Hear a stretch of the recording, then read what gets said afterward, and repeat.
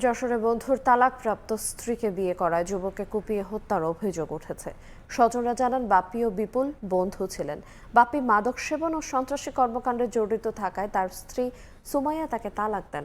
এরপর সুমাইয়া বিপুলকে বিয়ে করলে বাপ্পি ক্ষিপ্ত হয়ে তাদেরকে হত্যার হুমকি দেন। পরিবারের অভিযোগ, শনিবার রাত 9:30টার দিকে কৌশলে ফোন করে ডেকে নিয়ে যায় বিপুলকে এবং কুপিয়ে জখম করে বাপ্পি ও তার সহযোগীরা। পরে স্থানীয়রা বিপুলকে উদ্ধার করে হাসপাতালে নিয়ে গেলে সেখানে চিকিৎসাধীন অবস্থায় তার মৃত্যু হয়। হত্যাকারীদের গ্রেফতারে অভিযান চালাচ্ছে পুলিশ।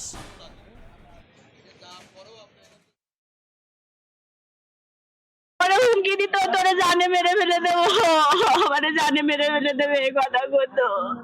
আমার কথা থাকতে দেবে না, আমার বাঁচতে দেবেন না। অন্য লোকের দ্বারা ডাকা এনে তার ছেলে পেলে ডাকা এনে আমার ছেলেরে মারছে। ওনার গায়ে অনেকগুলো ক্ষত আঘাত ছিল মারের।